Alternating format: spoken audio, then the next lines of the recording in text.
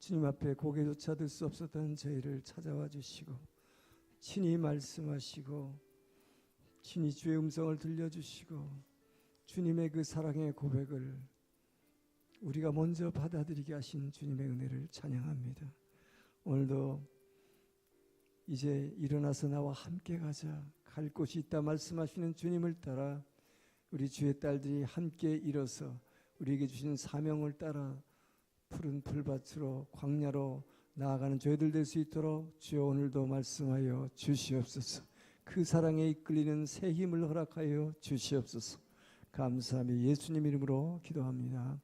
아멘. 아가서 이제 우리가 1장 후반부 이제 끝낼 때가 됐는데요. 지난주에 우리가 본 1장의 이제 중반부의 말씀 가운데 여러분들 이제 기억을 하셨으면 좋겠는데, 오빠들의 포도원을 돌보느라고 자기 마음의 포도원을 가꾸지 못해서 그 사랑하는 왕의 임재에서 자기가 떠나 있는 자신을 발견하고 헤매고 있는 여인의 고백을 우리는 들었습니다.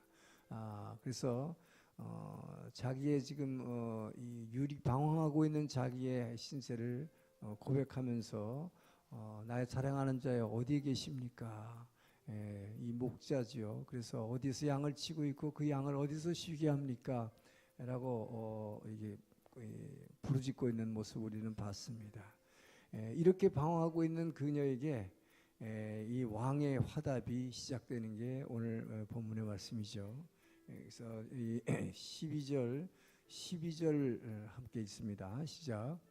왕이 침상에 앉았을 때 나의 나도 기름이 향기를 뿜어냈구나. 지금 여기서 아주 극적인 이 내용의 전개가 지금 있음을 우리는 보게 됩니다. 이 여인이 지금 막 방황하고 있었어요. 근데 방황하고 있었는데 그 왕의 음성이 이미 지난주 후반부에 들렸죠. 내가 잘 모르겠거든. 내가 어디 있는지 잘 모르겠거든. 다른 목자들이 양을 치고 있는 데로 가라. 그들을 따라가라. 그래서 그곳에서 나의 염소 새끼를 치고 있어라. 그렇게 말했죠. 그러면서 너는 스스로 지금 나를 떠나서 고통 가운데 그리고 마치 사랑을 잃어버린 자처럼 그렇게 너는 말하고 있지만, 그러나 아직도 너는 나에게 가장 아름다운 여인이다. 그러면서 너의 뺨, 너의 감정, 너의 목, 너의 의지, 이 모든 것들이 나를 향해 있다는 그 사랑의 고백을 그 주님은 인정하고, 그래서 너를 왕 같은 제사장으로 나는 보고 있다. 그래서 왕가에서만 쓸 수 있는 그 금 사슬, 금 목걸이를 너에게 걸어주겠다. 그 약속을 했죠. 근데 그 약속의 말을 하고 나서 지금 그 왕의 말이 있고 나서 이 여인이 지금 대답하는 것입니다. 무슨 일이 났습니까? 지금 본문은 이미 그 왕의 자리에 함께 앉아 있음을 보게 됩니다. 왕이 침상에 앉았을 때 나의 나도 기름이 향기를 뿜어냈구나. 이것은 왕의 침상, 이 침상은 여기서는 침대가 아니라 식탁입니다. 이 히브리어가 침대로도 번역하고 침상으로도 식탁으로도 번역이 되는데, 여기서는 함께 왕이 이제는 식탁으로 이 여인을 초청한 것이죠. 그래서 이 여인의 부르짖음을 듣고 왕이 그냥 칭찬만 해준 것이 아니라 네가 아름답다, 뭐 내가 뭐 보석해주겠다 약속만 한 게 아니라 이제 이 여인을 식탁에 초대한 것입니다. 같이 앉았습니다. 할렐루야. 여러분이 정말 그 주님을 향해서 부르짖고 주님의 임재를 막 부르짖을 때 주님께서는 여러분에게 이렇게 응답해 주시기를 축원합니다. 그래서 주님의 그 임재 가운데 이미 이 여인은 이미 들어가서 함께 앉았습니다. 이렇게 함께 앉았을 때에 중요한 것은 지금 나의 나도라면 나드 향이라고 하는 나드 기름이에요. 나드 기름의 향기를 품어냈다라고 지금 여인이 자기 자신을 좀 자랑하고 있는 것이죠. 이 주님의 임재, 왕의 임재 가운데 들어가게 될 때에 여러분은 여러분 안에 있는 그분을 향한 그 사랑으로 인해서 여러분이 그동안 그분과의 함께 임재로 인해서 여러분에게 주어진 그 기름, 그 향기, 그 향기로 말미암아 여러분에게서는 이 나드 기름의 향기를 품어낸다고 하는 것입니다. 이 여인은 그렇기 때문에 주님께서는 이 제사를 뭘로 받아주셨느냐, 정말 향기로운 제사로 받아주셨음을 알 수 있습니다. 그렇기 때문에 이 여인이 그것을 고백하는, 나한테서 지금 나드 기름의 향기가 뿜어나고 있다는 것을 자랑하고 있는 것입니다. 이 고백을 지금 하고 있는 것이죠. 그래서 지금 그런데 이것이 어느 때냐, 우선 왕의 식탁에 앉았을 때다 하는 것이죠. 이 왕의 식탁 또는 지난번에 나왔던 앞부분에서 나왔던 왕의 침소에 함께 있을 때, 결국은 이것은 무엇을 의미하느냐, 그분의 임재 가운데 우리가 들어갔을 때를 의미하는 것이죠. 그분의 임재 가운데 들어갔을 때에 우리는, 저와 여러분은 이 나드 향을 바라게 된다. 할렐루야. 그렇기 때문에 여러분은 계다리 장막같이 내가 죄인입니다, 나는 주님 앞에 머리도 들 수 없는 사람입니다, 신부의 자격이 없는 사람이라고 고백하지만 그분과의 임재 가운데 들어갔을 때 여러분에게서는 나드 향 같은 아름다운 향기가 나온다. 그래서 여러분 이 향기가 어떤 향기인지 여러분 기억하세요? 이것이 바로 유명한 베다니 마르다와 마리아의 집에서 마리아가 여러분, 마리아가 예수님이 돌아가시기 전에 바로 마지막 이 만찬할 때 뭐를 깼어요? 옥합을 깨서 그때 나왔던 그 방 안의 향기가 뭘로 가득했다. 이것이 바로 나드 향입니다. 이 나드 기름을 깨뜨린 거죠. 자, 그렇기 때문에 여러분, 이 옥합을 깨서 주님께 드렸던 이 향기, 이 향기가 난다는 것이죠. 근데 이 향기가 여러분에게 언제 저축이 되느냐?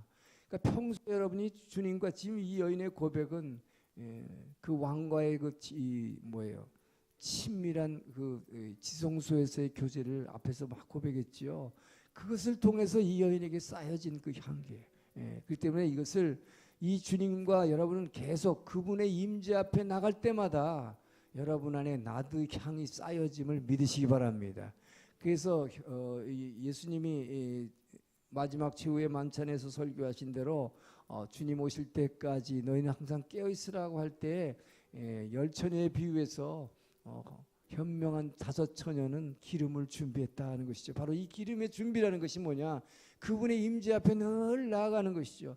그래서 그 기름을 그분으로부터 받은 그 아름다운 향기를 내 안에 저축했다가 그분 앞에 막 쏟아내기를 주님 축원합니다.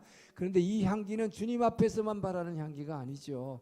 바로 마리아가 이 옥합을 깨었을 때, 이 향기가 방 안에 가득했을 때 예수님만 맡았을까요? 거기 있는 모든 사람들에게 이 향기를 품어낸 것입니다. 결국 주님이 원하시는 것은 여러분이 평소에 주님과의 임재를 통해서, 예배를 통해서, 기도를 통해서 깊이 그분과 하나 됐을 때, 그분과 이 침상에서 만나고 그분과 함께 식탁에서 교제함으로 말미암아 여러분이 이 기름을 늘 저축하게 되길 주님 축원합니다. 그래서 주님 오시는 그날에 이 기름을 가지고 신랑이 늦게 오더라도 언제든지 이 불을 밝힐 수 있도록 이 향기를 뿜어낼 수 있는 저와 여러분이 되기를 주의 이름으로 축원합니다.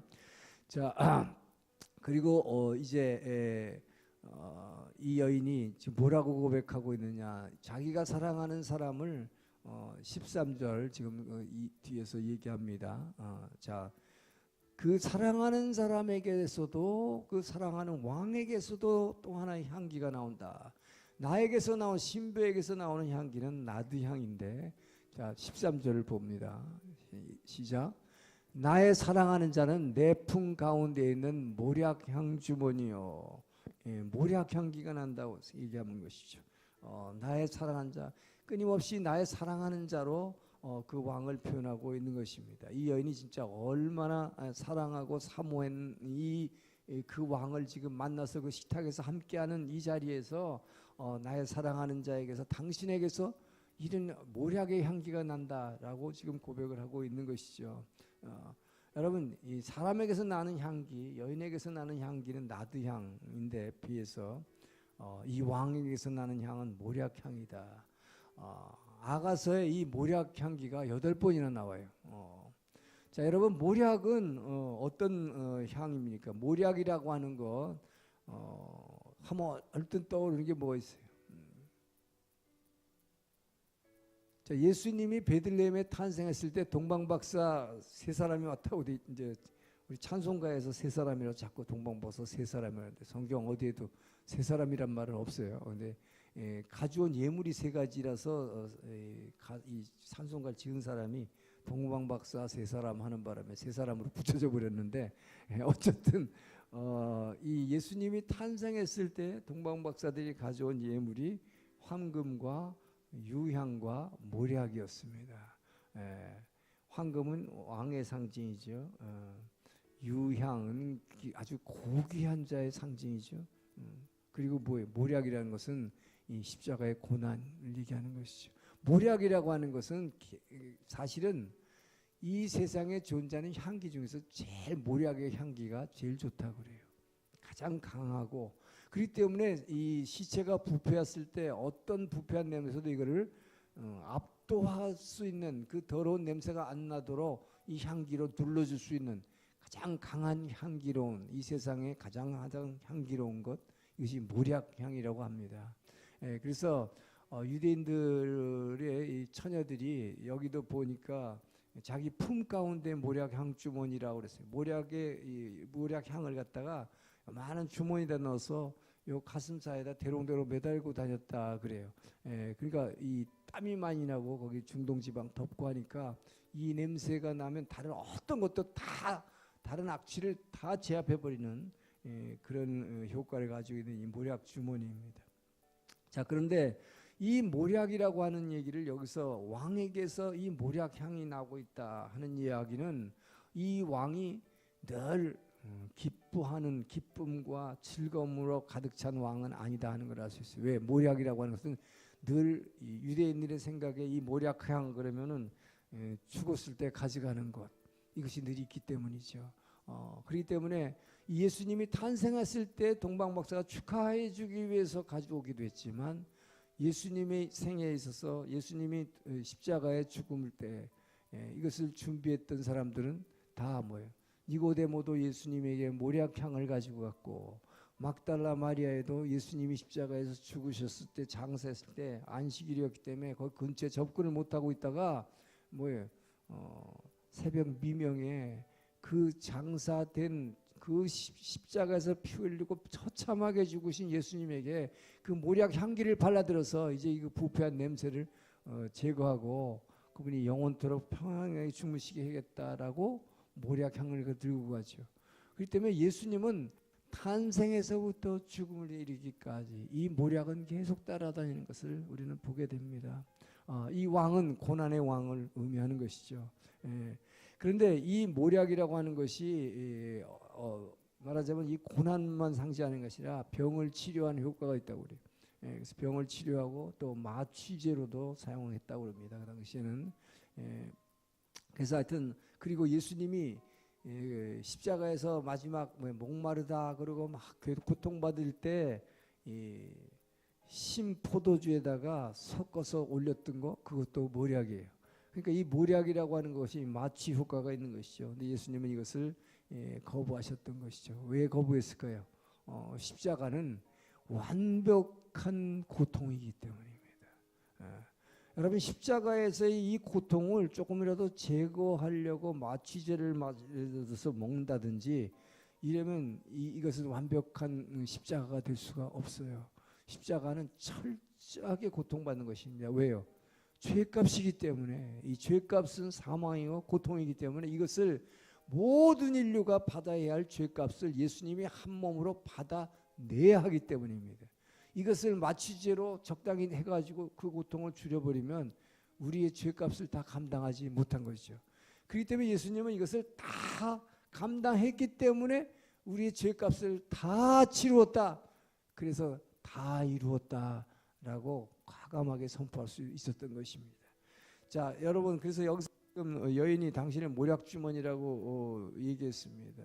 어떤 고난을 받을 것인지를 이 여인은 알고 있었던 것이죠. 그래서 지금 이 표현은 무슨 얘기냐? 나의 사랑하는 자는 내 품 가운데 있는 모략 향주머니다라고 얘기하는 것은 이 예수님이 십자가에서 정말 처참하게 피 흘리고 돌아가신 그 시체를 이제는 밤을 새우면서 가슴에 품고 있는 그 한 여인의 고백이라고 이렇게 우리는 말할 수 있을 것이죠. 그렇기 때문에 여러분, 이 여인이 이 고난받는 예수님을 그 가슴 속에 품고 있었듯이, 그리고 자랑하듯이 여러분 속에 정말 그 고난받는 그 고통 십자가의 그 예수님을 여러분 마음속에 늘 품고 계시길 주님으로 축원합니다.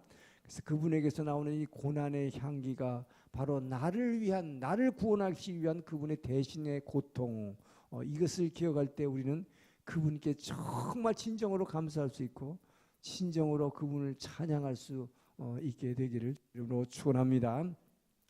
자, 그리고 나서 여인이 다시 고백합니다. 14절에서 14절 시작. 나의 사랑하는 자는 내게 엔게디 포도원의 고베라 송이로구나. 나의 사랑하는 자를 계속 나의 사랑하는 자, 나의 사랑하는 자라고 얘기하면 내가 주님을 사랑합니다라고 얘기합니다. 그런데 그 사랑하는 자가 늘 뭐라고 왕을 지금 고백하고 있냐면은 이제는 뭐라고 얘기해요? 엔게디 포도원의 고베라다. 엔게디 하면은 여러분 기억나는 게 다윗이죠. 다윗이 사울 왕의 칼에 쫓겨서 이 광야를 갔다가 13년 동안 정말 헤매면서 고통을 받고 있었죠. 근데 그 다윗의 억울함은 뭡니까? 왜 쫓겨다녔어요? 단지 골리앗, 이스라엘의 가장 큰 대적인 블레셋의 장군인 골리앗, 거인 장군이죠. 아무도 대항할 수 없는 그 골리앗을 17살의 소년인 다윗이 믿음으로 그 앞에 서서 이 물맷돌 하나로 이 돌을 쏴가지고 여기에 탁 박혀가지고 정수리에 박혀서 탁 쓰러뜨렸잖아요. 결국은 나라를 구한 것이죠. 이거 하나 때문에 사울 왕의 질투를 받아서 그 일로 인해서 어떤 일이 일어났습니까? 여인들이, 어린아이들이 이게 줄넘기 하면서 춤추면서 뭐라고 노래를 했어요? 사울은 천천히요, 다윗은 만만이라. 사울은 1000명밖에 상대 안 되는데 다윗은 10,000명을 상대할 수 있는 용사다라는 거에서부터 뭐예요? 질투, 시기감, 이것 때문에 13년을 쫓아가면서 죽이려고 했던 것이죠. 그 고통 가운데 걸었던 고난의 골짜기, 내가 사망의 음침한 골짜기를 걸지라도, 이 사망의 음침한 골짜기에서 다윗이 가장 위로를 받을 수 있었던 곳, 그것이 바로 이 엔게디 동굴이었습니다. 광야에는 광야 그러면 고통스럽고 물도 없고 불도 없고 정말 고통스러운 것이죠. 여러분이 정말 이스라엘 가서 이렇게 걸어보시면 정말 알 거예요. 조금 한 10분만 걸어도 금세 그냥 목이 타고 막 더워서 어쩔 줄 모르고 이 고통스러운 광야, 그 광야에서 더군다나 자기를 죽이려고 하는 왕이 군사들을 들고 쫓아온다고 생각해 보세요. 여러분 얼마나 고통스러울까. 매일매일의 나날이. 그런 고통 가운데에서 하나님은 위로해 주신 것이 이 엔게디의 고벨화다 하는 것이죠. 이 고벨화라고 하는 것은 그렇게 자 한번 보실까요? 고벨화라는 것이 그렇게 아름다운 꽃은 아니에요. 그런데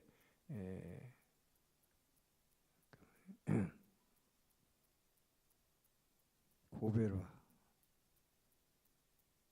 이거 집어넣었는데 없어졌어.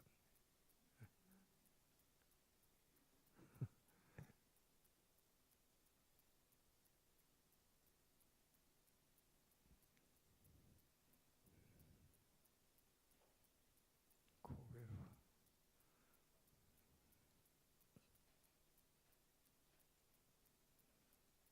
자, 고벨화.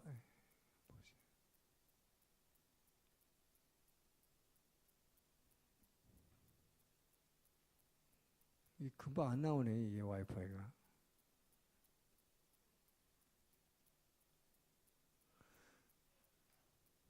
여기 나왔네요. 보입니까? 요거예요, 하얀 꽃. 예.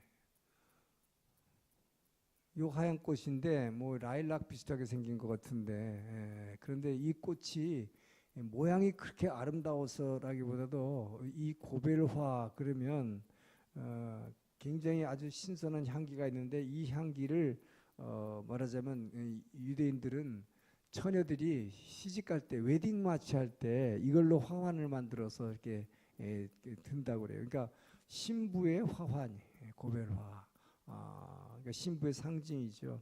그래서 이 고벨화가 이렇게 겉으로 이렇게 화려하진 않지만 이것은 이 광야 가운데에서 발견할 수 있는 아주 아름다운 꽃이요, 향기가 좋은. 그래서 이걸 가지고 뭐 요즘엔 이걸 뭐라 그래? 헤나라는 화장품 있습니까? 그게 여기서 나온 거라고 그래. 헤나 이것이 코페르라는 히브리어를 영어로 헤나로 번역을 했어요. 그래서 여기서 뭐 염색약도 추출하고 뭐 여러 가지 이 좋은 재료도 쓰인다 그러는데 어쨌든 이 고베라가 겉으로 보기에는 별로 아름답지 않지만 이것이 이 고베라의 향기가 그 고난 가운데서 쫓기던 다윗의 이 고베라를 보면서 이 향기를 맡으면서 새 힘을 얻고 하나님이 나를 신부처럼 이 고베라처럼 이 광야 가운데서 이 피어나는 이렇게 아름다운 꽃, 이 아름다운 향기가 있는 이 꽃으로 나를 바라봐 주신다는 그 말씀, 그것을 보면서 그 하나님을 생각하고 그 하나님이 나를 이렇게 아름다운 신부로 여겨준다는 여기에서 새 힘을 얻었다는 것. 이것을 자기 아들인 솔로몬에게 늘 얘기했겠죠. 그러니까 솔로몬이 이 아가스를 지을 때 이 생각을 해낸 것이요. 그러면서 이 여인을 보고 이 고벨화라고 얘기한 것입니다. 자, 그래서 여인이 고벨화가 아니라 주님을 이 포도원의 고벨화에다가 비유한 것이죠. 그래서 정말 이 아름다운 신부가 지장하는 이 꽃. 그래서 여러분이 지금 여러분의 삶 가운데 여러분의 지금 삶이 다윗이 고난받았던 것처럼 고난의 광야를 걷고 있습니까? 여러분들 중에는 굉장히 고통스러운 사람이 있을 거예요. 그 고통 가운데에서 이 엔게디 같은 엔게디는 물론 광야에 있는 것입니다. 아무것도 없는 곳에 있는 거예요. 그런데 이 엔게디 동굴만큼은 참 아름다운 것이에요. 이 엔게디 동굴에 처음으로 이 광야에서 물이 흐릅니다. 그래서 엔게디 샘이라고 그러죠. 이 샘물이 있고 여기에는 꽃이 있고 그 옆에는 포도원이 있어요. 조그만. 근데 이것이 아주 상품질의 포도원인데 이 포도원에 있는 이 꽃. 그래서 정말 이 아름다운 꽃, 저는 여러분들이 이 광야 생활 가운데에서 이 주님을 만남으로 이 고베라 향기를 느끼기를 주의 이름으로 축원합니다. 이 고베라의 향기를 여러분이 정말 내 이 힘든 삶 가운데서 이걸 못 느끼니까 이 주님의 임재로 인한 이 아름다운 향기를 못 느끼니까 새 힘을 얻지 못하면 절망하는 거죠. 낙심하는 거죠. 나는 버려진 존재구나. 내가 이렇게 고통의 골짜기를 걸 때 아무도 나를 도와주는 사람이 없구나. 내가 의지할 곳을 없구나. 여러분이 그렇게 생각할지 모릅니다. 그러나 이 광야에는 나쁜 것만 있는 게 아니다. 광야에는 아무것도 원래 없어야 되는데 성경은 우리에게 말하고 있는 것입니다. 광야는 물도 없고 풀도 없고 먹을 것도 아무것도 없어요. 그러나 이스라엘이 40년 광야 생활을 하는 가운데 신명기를 보게 되면 40년 광야 생활을 돌아보면서 너희들이 신발이 떨어진 적 있냐? 옷이 헤어져서 못 입어본 적 있냐? 밥을 못 먹었냐? 물이 없었냐? 항상 없는 것 가운데서 있는 것을 공급해 주시는 하나님. 할렐루야. 저는 여러분들이 이것을 그래서 이 고베라의 향기라고 하는 것은 아무것도 없는 가운데서 느낄 수 있는 이 향기, 이것을 여러분 맡게 되기를 주의 이름으로 축원합니다. 그렇기 때문에 정말 아무것도 없는 것 같지만 모든 것이 다 있는 곳이 광야다. 할렐루야. 왜요? 그 가운데 주님이 여러분과 함께 하시기 때문에.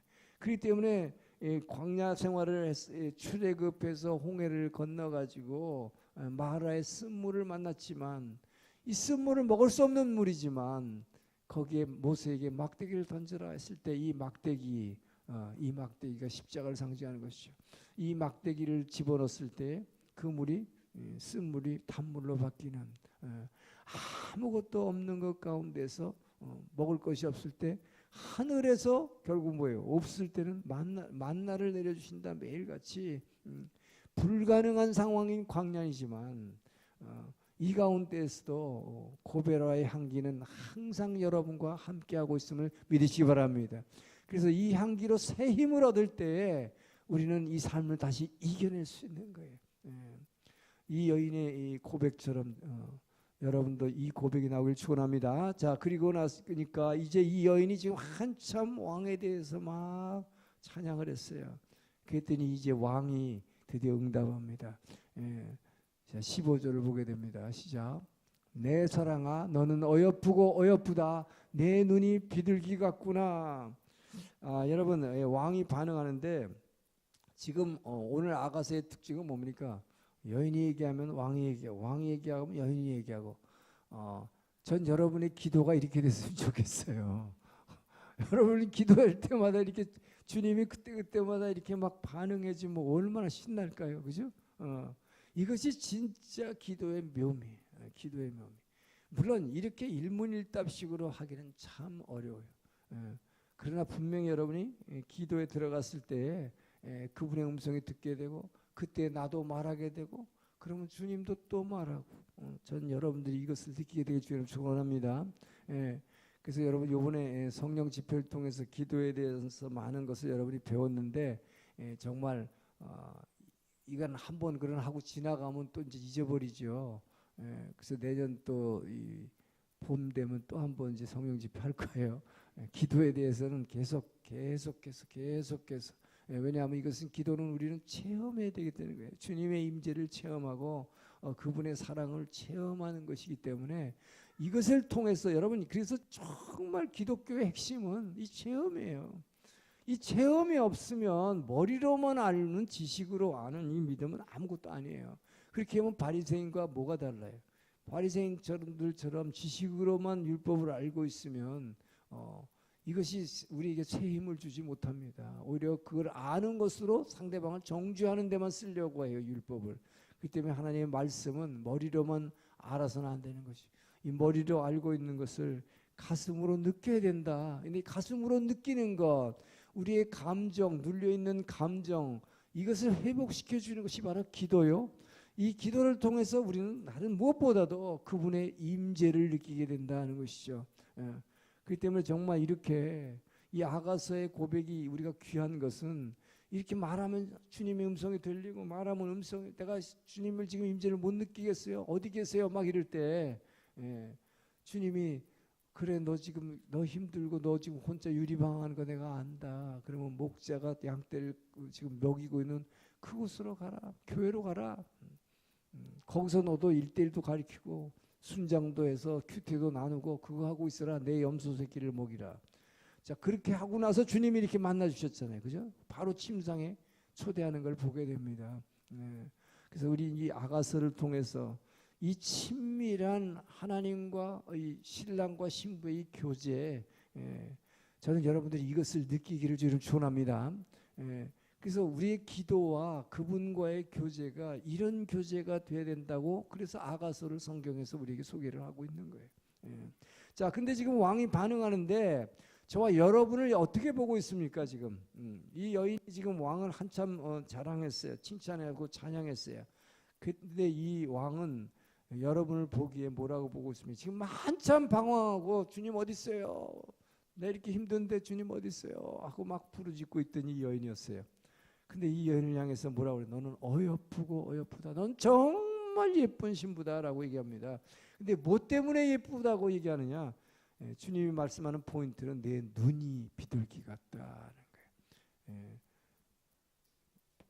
여러분, 비둘기 눈이 뭔데 이렇게 칭찬일까요? 우리 옛날 노래 뭐죠? 옛날에 그걸 뭐라 그러죠? 싱어송 하는데, 옛날에 이거 유행가가 하나 있었어요.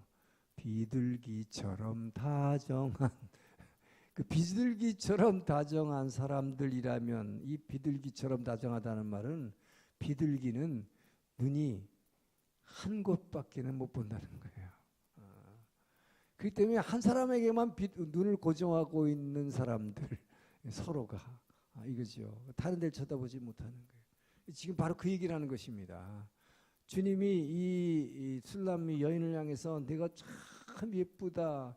근데 왜 예쁘냐? 내 눈이 비둘기 눈같이 나만 바라보고 있구나 하는 것입니다. 주님을 그걸 그냥 보는 순간에 바로 알았다 하는 거죠.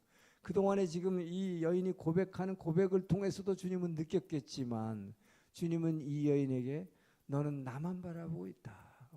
너가 들판에서 헤매고 있었지만, 나의 임재를 잃어버렸지만, 너는, 내 눈은 나만을 응시했고 나만을 바라보기를 원했고 나만을 찾아 헤맸고, 이 주님을 찾고 있는 이 여인의 마음을 본 것이죠. 그래서 내 눈이 비둘기 같다 하는 것이죠. 예, 전 여러분들이 눈이 주님께만 고정되기를 주님으로 축원합니다. 자꾸 얘기해서 죄송하지만 여러분에게 남편이나 여러분의 아들에게 너무 눈을 이렇게 고정시키지 마세요. 그러니까 자꾸 실망하고 또 실망하고, 그러니까 자식이나 인간이라고 하는 것은 결국 뭐예요? 인간은 사랑할 대상이지 믿음의 대상은 아닙니다. 그렇기 때문에 믿음의 주요 온전케 하시는 예수를 바라보라. 우리가 믿을 수 있고 신뢰할 수 있는 것은 주님밖에 없는 것입니다. 인간은 사랑해야 될 대상이라고 그랬지, 인간은 믿을 대상이 아니다. 그렇기 때문에 우리는 다 배신감을 느끼는 거예요. 그 배신감을 느끼니까 부르르 떠는데, 인간은 다 그런 존재다. 그렇기 때문에 주님만을 바라보라는 거죠. 그래서 내 눈이 비둘기 같다. 이 여인이 지금 주님을 향해서 한눈으로만 계속 주님을 바라보고 있었다. 그런데 그것이 왜 그렇게 가능했는가? 바로 주님의 눈이 저와 여러분의 비둘기 눈으로 보고 계시기 때문입니다. 할렐루야. 그분은 그렇기 때문에 뭐예요? 저와 여러분에게서 한시도 그런 졸지도 않고 주무시지도 않고 저와 여러분을 보고 계시는 주님을 믿습니까? 이 주님의 눈이 비둘기 눈이다 하는 것이죠. 그래서 그 주님이 우리를 쳐다보고 있기 때문에, 그 주님의 눈이 우리만을 쳐다보고 있기 때문에 그 눈을 의식하면 우리는 그분을 따라갈 수밖에 없다. 마치 지남철처럼 나도 모르게 그분을 따라갈 수밖에 없다. 거기를 쳐다볼 수밖에 없다. 왜? 그분의 눈길이 느껴지기 때문이죠. 바로 그것을 위해서 그분이 우리 안에 와 계심을 믿으시기 바랍니다. 주님은 우리 안에 와 있기 때문에 주님은 늘 우리를 보고 계시는데, 그 비둘기 눈으로 우리를 보고 있는데, 저와 여러분은 아까 이 술람미 여인처럼 뭐예요? 주님 어디 계세요? 나 잊어버렸어요, 주님을. 우리는 이렇게 고백할 때가 많이 있다는 것이죠. 그러나 주님은 정말 또 보고 또 보고 또 보고, 뭐 사랑이라는 뭐 유행가를 보면 다 나오잖아요. 뭐 한 번 보고 두 번 보고 또 보고 싶네. 뭐 계속해서 사랑 그러면 맨 그런 얘기잖아요. 그런데 그 주님이 우리를 그렇게 쳐다보고 계신다. 비둘기 눈으로 보고 계신다. 그래서 나중에 보면요, 이 여인이 무슨 고백을 하게 되냐면, 주님이 나를 비둘기 눈으로 보는 그 사랑을 내 마음 인을 쳐주세요. 이렇게 고백하고, 그 사랑을 내 팔뚝에다가 새겨주세요. 이런 고백을 하는 것이죠.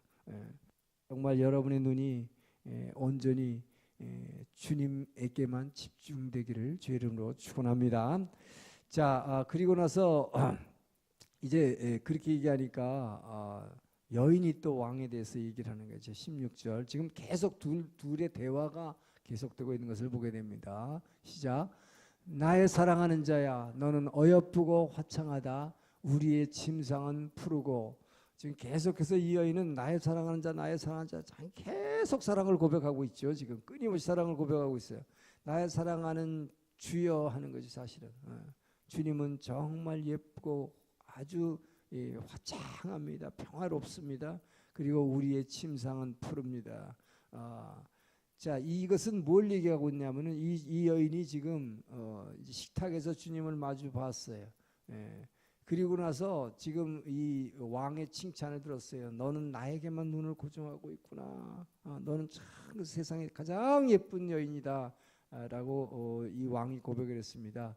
예, 그거에 대해서 이 여인이 화답하는 것이죠. 내 사랑하는 왕이시여, 예, 주님은 정말 주님의 모든 어여쁜 것의 모델이십니다. 예, 그런데 주님의 임재가 지금 주님과의 임재를 내가 느끼고 나니까 지금 이 주님의 임재를 지금 어디서 느끼고 있느냐 요 얘기를 하고 있는 거예요. 우리의 침상이 지금 푸르다라는 건 뭡니까? 주님과의 지금 만남이 어디에서 만나지고 있다는 거예요. 그동안엔 지금 침상에서 그야말로 지성소 안에서 그 다음에 식탁에서 만났어요.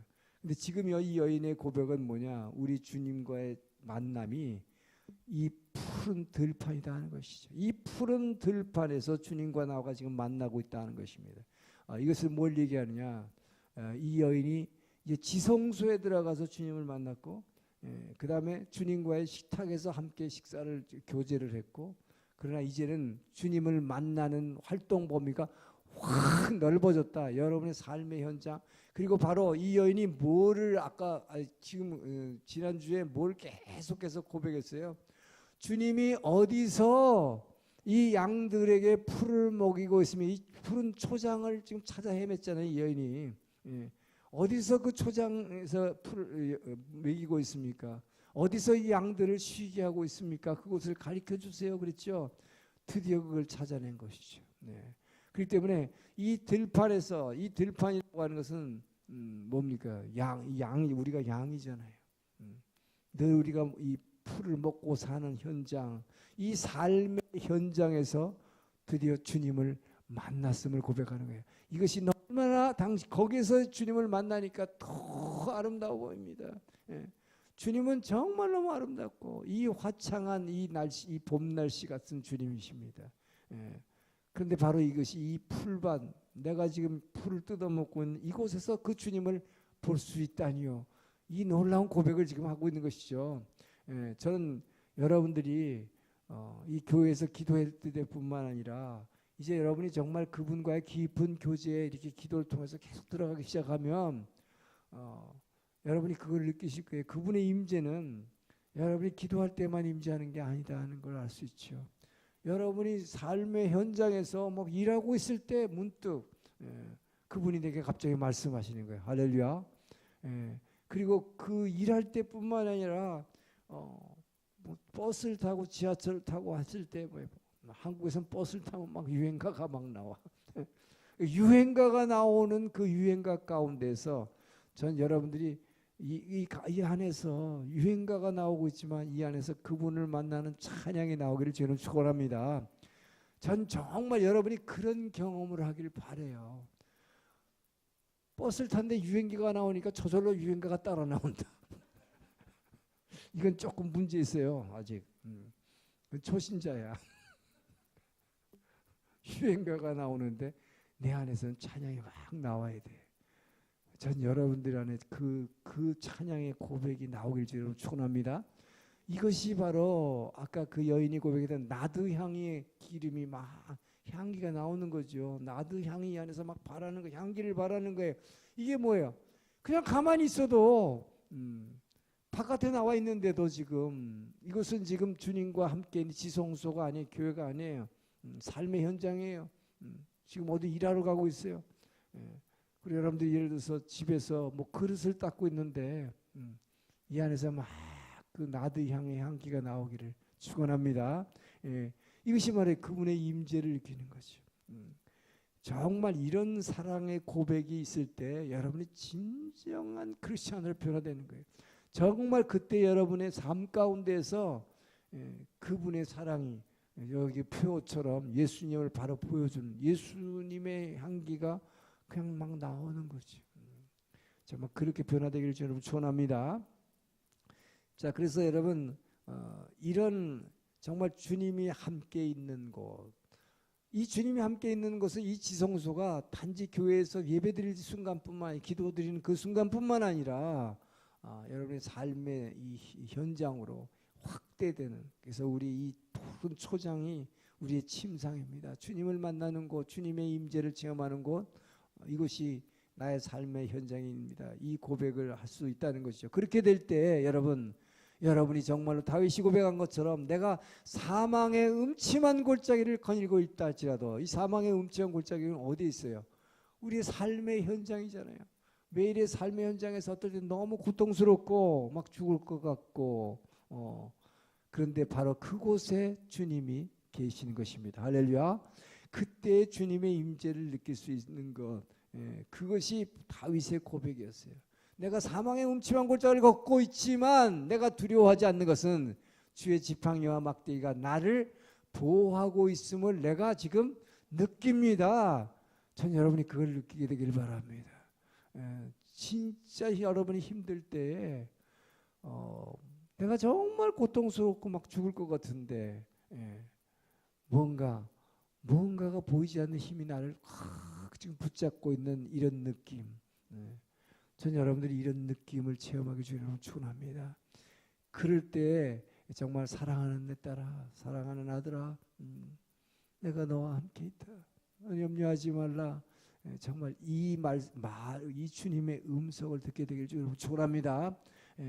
바로 이것이 어떨 때 이런 고백이 가능한가? 이 여인처럼 정말 비둘기 눈으로 그분만 쳐다보는 거죠.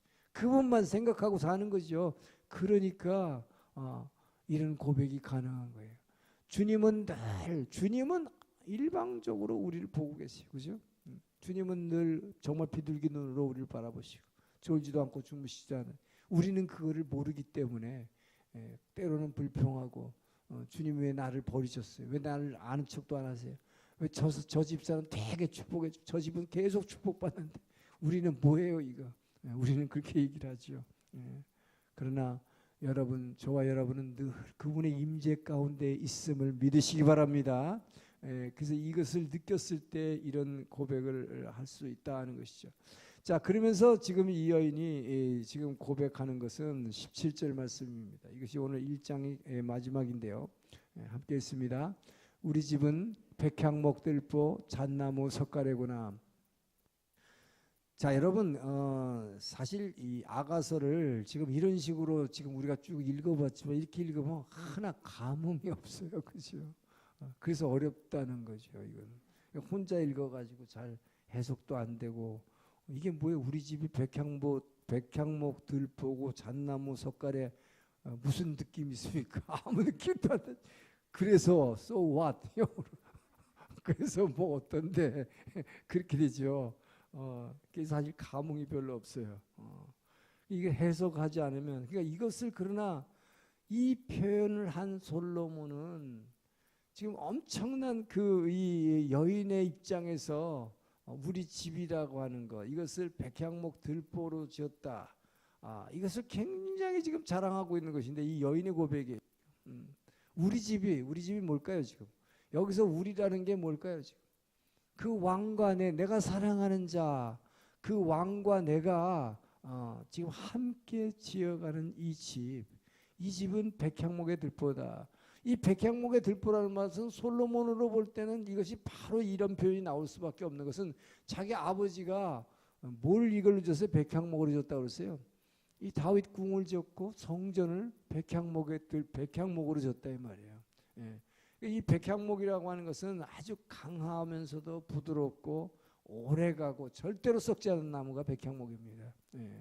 그러니까 이것은 주님과 내가 지어가는 이 집, 이것이 바로 교회죠. 주님과 내가 함께 지어가는 이 교회, 이 교회는 절대로 변하지 않고 영원토록 갈 것입니다. 그런데 그 집을 지은 그 백향 들보뿐만 아니라 석가래는 건 뭐예요? 처마 밑에 있는 이 다래끼, 석가래.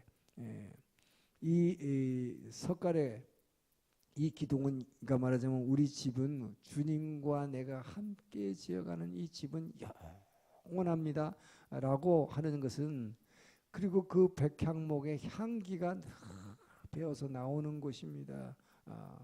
이건 보기에도 좋고 또 실제로 지내기에도 아주 향긋한 냄새가 나는 아주 좋은 환경, 이것이 바로 그리스도와 동행하는 그리스도와 함께 지어가는 집. 저는 여러분들이 정말 이 교회를 이런 주님과 내가 함께 지어가는 이 집으로 인식을 하고 이 교회를 자랑하게 되기를 주님 축원합니다. 이 집이, 그런데 이 집을 뭐라고 그랬어요, 여러분? 이 집이 주님은 우리에게 말합니다. 너희는 나의 성령이 너희 안에 거하는 성전인 줄 알지 못하느냐. 예, 우리 안에. 그래서 여러분, 우리 안에 주님이 와 계시고 주님이 먼저 찾아오셔서 말을 걸어주셔서 우리가 아멘, 주님 주는 그리스도시, 나의 그리스도시요 나의 하나님입니다. 예, 나의 사랑하는 자입니다라는 고백을 했을 때 그분이 내 안에 들어왔습니다. 할렐루야. 그리고 주님은 저와 여러분을 그 안으로 초청하고 있는 것입니다. 그래서 너희가 내 안에 포도나무가 가지가 포도나무에 붙어 있지 않고는 열매를 맺을 수 없다. 가지가 혼자 둥둥 떠다니면 절대로 열매 맺을 수 없으니 나무에 붙어 있으라. 내가 너희 안에 있는 것 같이 너희도 내 안에 거하라.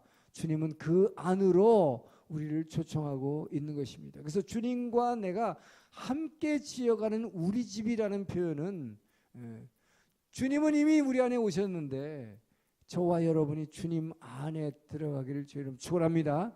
자, 이 주님 안으로 들어가는 거, 이 안으로 들어가는 방법이 기도하는 게 있고 또 뭐가 있을까요? 제가 여러 번 설명했지만 누구 마음 안으로 들어가는 것, 누구 안으로 들어가는, 누구 마음을 차지하는 것, 그것은 그분의 말에 순종하는 것이요. 제가 여러 번 비유를 들었지만 아이들이 지금 뭐예요? 아버지가 지금 막 잔치를 하려고 막 장에 가서 지금 잔뜩 짐을 들고 와서 차에서 내리고 있는데 아이들이 집 앞에서 막 농구하고 있어.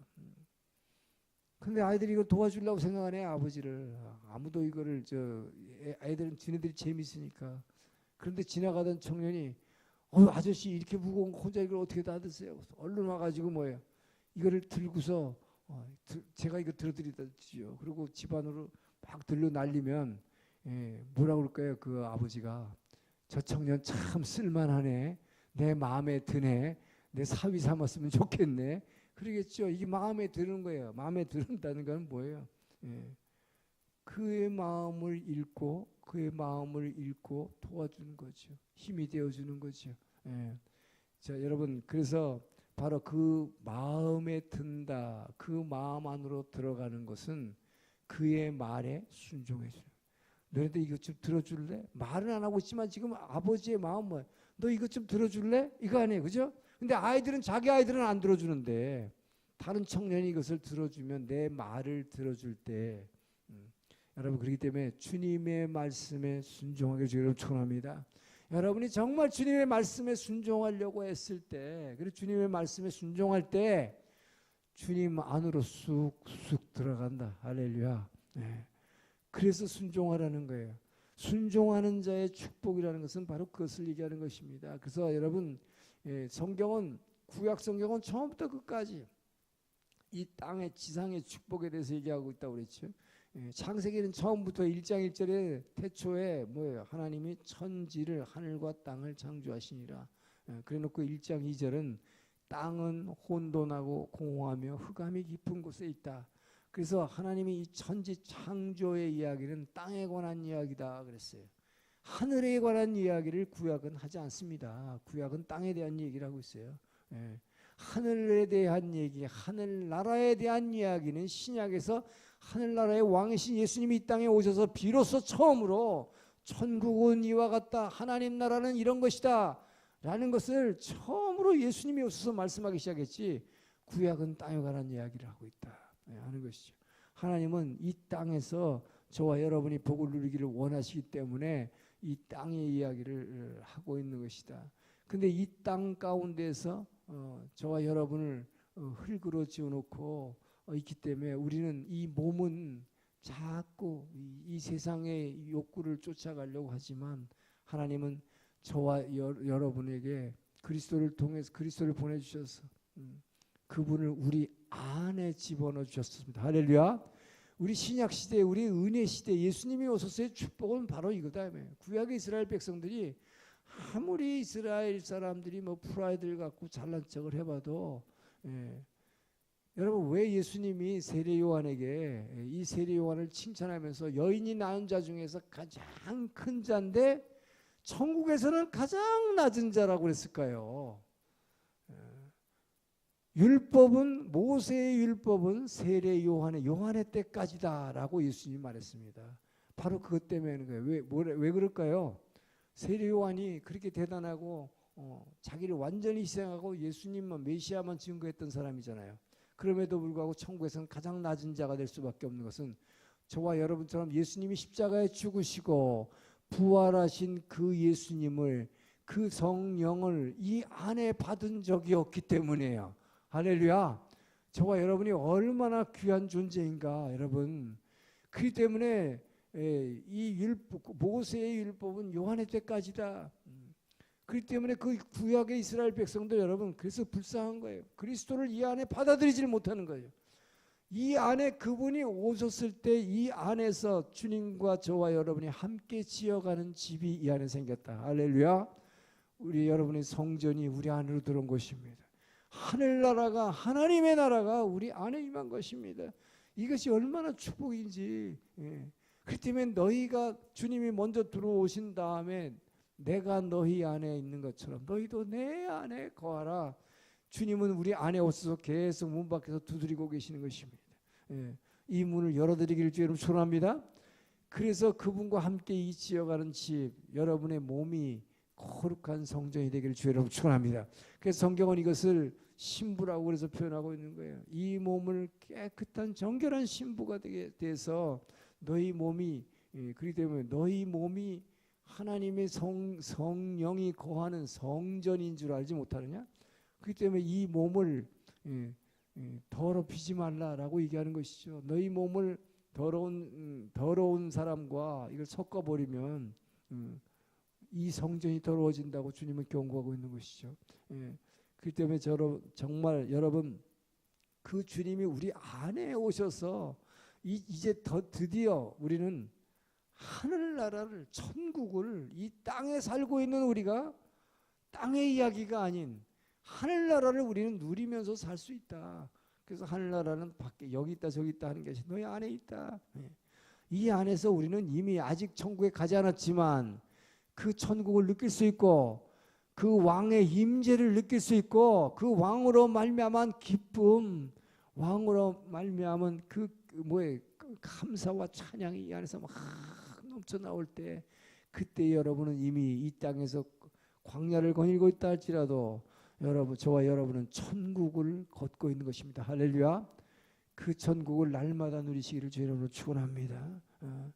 이것이 지금 아가서를 통해서 우리에게 다시 한번 지금 알려주는 그 사랑의 고백이에요. 그래서 정말 그분과 함께 우리는 이루어가는 그 집. 그러나 그분이 우리를 안으로 찾아와서 그분이 초청하고 있어요. 근데 그리스도 안으로 들어가는 것은 뭐를 얘기하는가? 그리스도 안이라고 하는 것은 뭡니까? 그분은 바로 뭐예요? 아까 이 여인이 고백한 것처럼 모략 향기가 나는 분이에요. 그분은 고난의 십자가입니다. 그렇기 때문에 저와 여러분을 초청하는 것은 자 수고하고 무거운 짐진 자들아 다 내게로 오라 내가 너희를 쉬게 하리라 초청하고 있어요. 그런데 주님은 뭐라고 얘기합니까? 너희가 나를 따라오려거든 뭘 하라고요? 자기 십자가를 지고 자기를 부인하고 나를 따르라. 여러분 예수님의 초청의 핵심이 거기 있다는 거 여러분 아셔야 돼요. 그렇기 때문에 주님을 따라서 정말로 주님 안으로 들어가려면 이 모략 향기, 이 고난을 우리는 받아들여야 되는 것입니다. 그래서 그 안으로 들어가요. 근데 그 고난이 제일 큰 고난이 뭐냐? 자기 십자가 지는 거죠. 자기 십자가가 뭐라고 했어요, 여러분? 여기다가 십자가 1대1 맞췄다고 이거 하나 달고 다니는다고 이 자기 십자가를 지고 다니는 겁니까? 십자가는 형틀이잖아요. 죽이는 거잖아요. 나를 부인하는 거예요. 이 나를 부인하는 게 얼마나 힘든 거냐, 여러분. 그렇게 얘기하고 설교해서 뭐 맨날 반복을 해도 부르르 떠는 게 뭐예요, 여러분? 나 때문에 이 잘난 나가 상처받으면 뭐 그때 가면 뭐 상처받았대. 그 상처받는 게 얼마나 좋은 건데, 여러분. 상처를 받아야 내가 죽어야 내가 부인이 돼야 천국을 누리는 거예요. 그래야 그리스도 안으로 들어가는 거예요. 그렇기 때문에 여러분 반복해서 말씀드리지만 나가 부인될 때에 내가 스스로 나를 부인하지 못하고 나는 나 그러면 막 부르르 떠는데 주여 저 사람에 의해서 저 집사님에 의해서 나를 갖다가 묵사발을 만들어줘서 감사합니다. 나는 할 수 없는데 내가 나를 도저히 죽여야 되는데 주님 안으로 들어가려면 저분이 나를 죽여줬네요. 할렐루야 감사합니다. 주님 저분에게 100배 축복을 허락해 주셨어. 여러분 그렇게 기도합니까?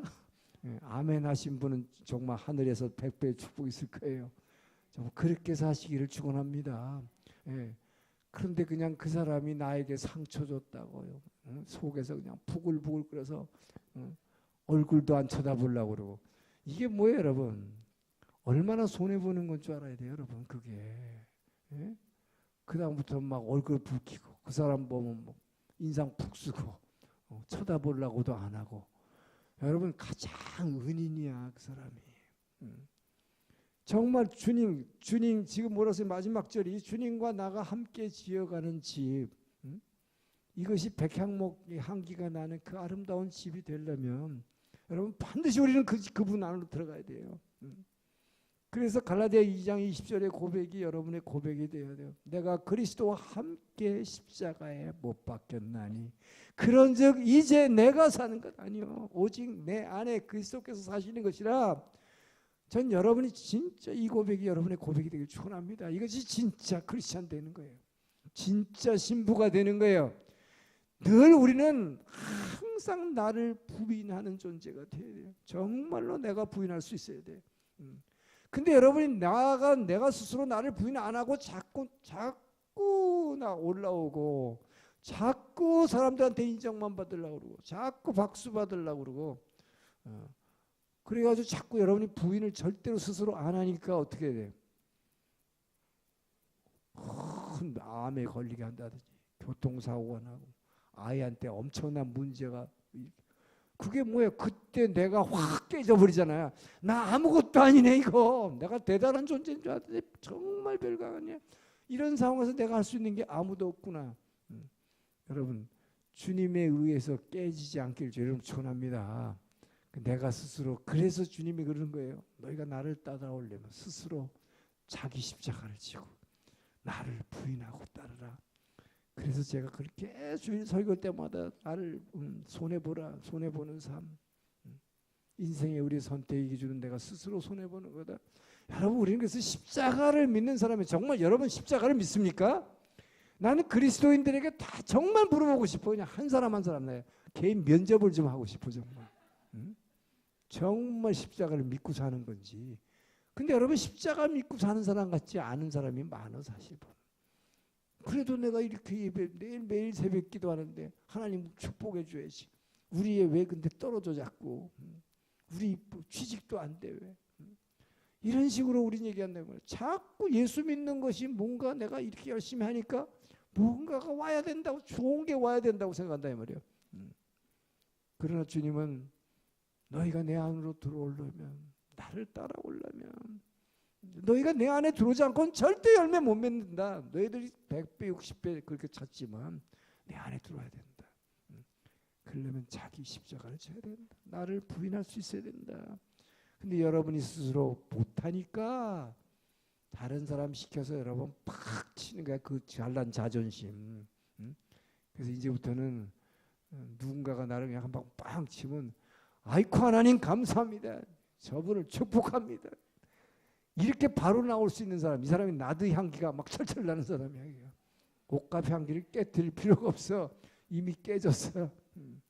전 여러분들이 그렇게 변화되길 여러분 축원합니다. 정말 여러분들은 십자가를 져야 돼요. 그거 못하는 크리스천 아니에요. 왜? 그럴 때 내가 나를 부인할 수 있을 때 정말 내가 아무것도 아닌 존재입니다. 나를 팍 내려버렸을 때 그때 주님과 함께 부활의 영광에 참여하기 때문에. 할렐루야. 그 부활의 영광이 꼭 주님 재림하실 때가 아니라 이미 여러분 주님이 원하시는 것은 평소에 여러분이 살아가는 삶 가운데에서, 이 땅 가운데서 그 천국을 누리기를 원하시는 거예요. 그 부활의 영광이 여러분 삶 가운데 나타나기를 원하시는 거예요. 그걸 진짜 원한다면 나가 묵사발되라. 나 스스로를 그냥 근데 그게 안 되잖아요. 그러니까 누굴 통해서 하시고 아니면 환경을 통해서 나를 정말 잘 나가던 가게를 그냥 다 망가뜨려서 거지같이 되게 하시고, 이것이 축복이다. 할렐루야. 왜요?